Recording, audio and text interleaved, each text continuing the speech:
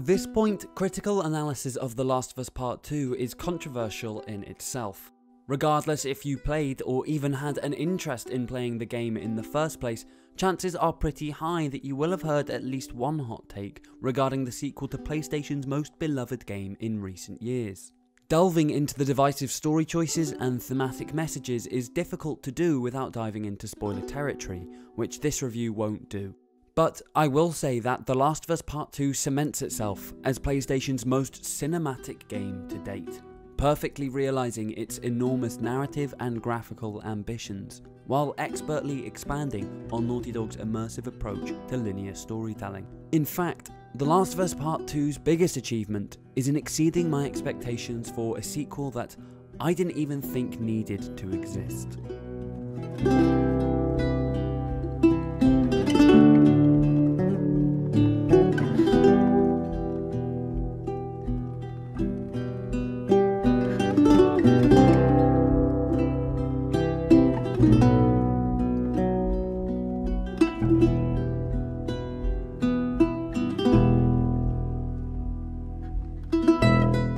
Taking place 4 years after the events of the first game, The Last of Us Part 2 primarily follows Ellie, who has abandoned the safety and tranquility of the thriving settlement of Jacksonville in a bloodthirsty pursuit of revenge against the militant Washington Liberation Front, who are directly responsible for the latest in Ellie's long line of personal traumas.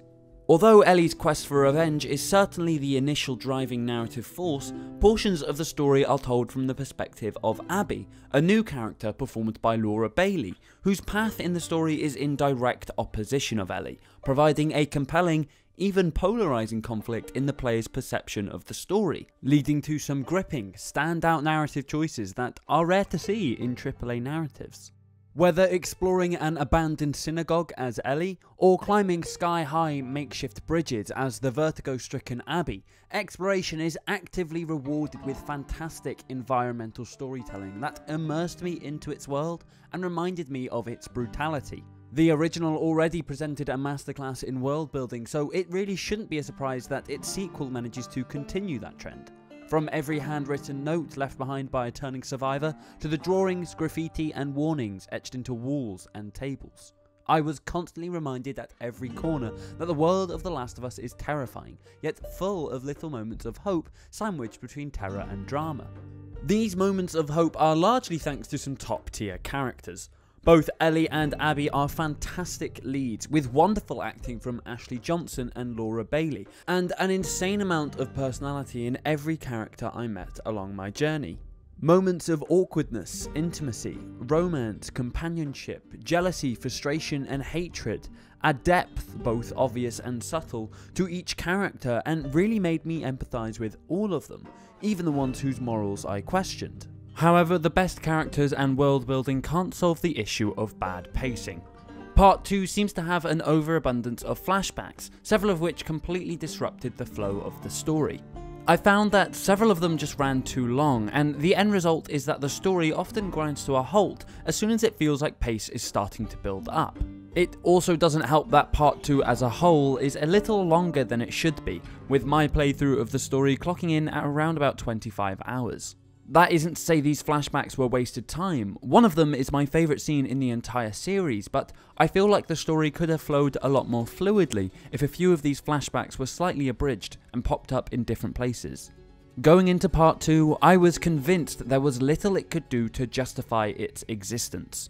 One of my prevalent thoughts wasn't an unpopular one. Joel and Ellie's story was finished.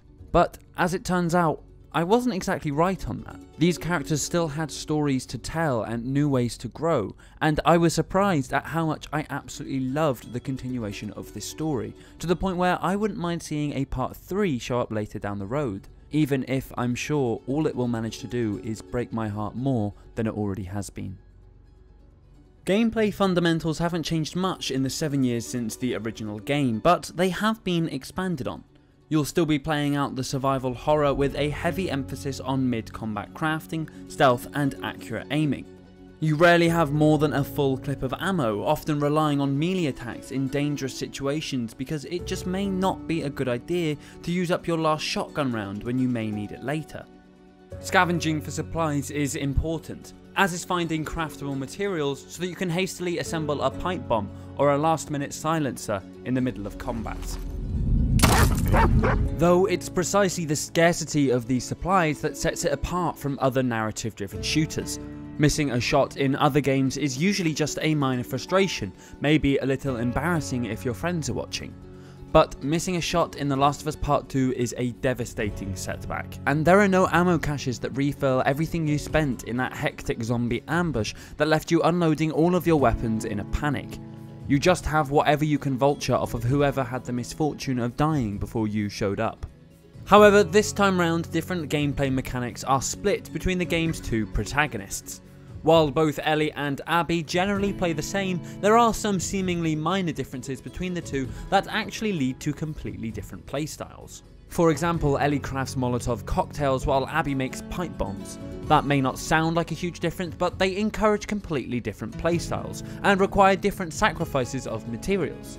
That's not to mention the different weapons and upgrade trees that each character has access to. Though none of that would matter if the enemies weren't worth fighting.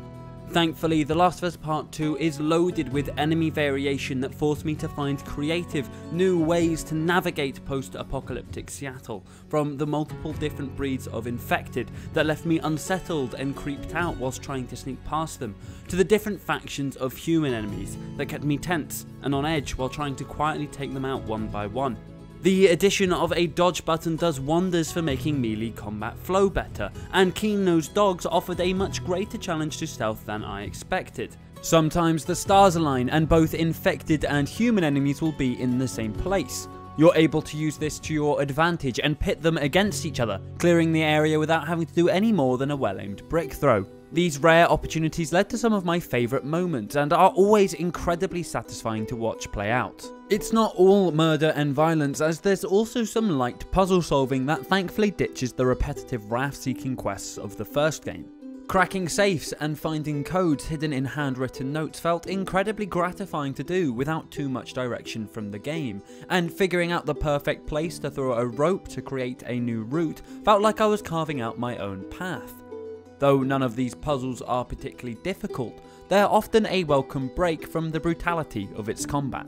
I must admit, I was quite disappointed by the choice to not include any kind of multiplayer component. The original game had a surprisingly well-loved multiplayer mode called Factions that gave the game a long-lasting life well beyond the completion of its story.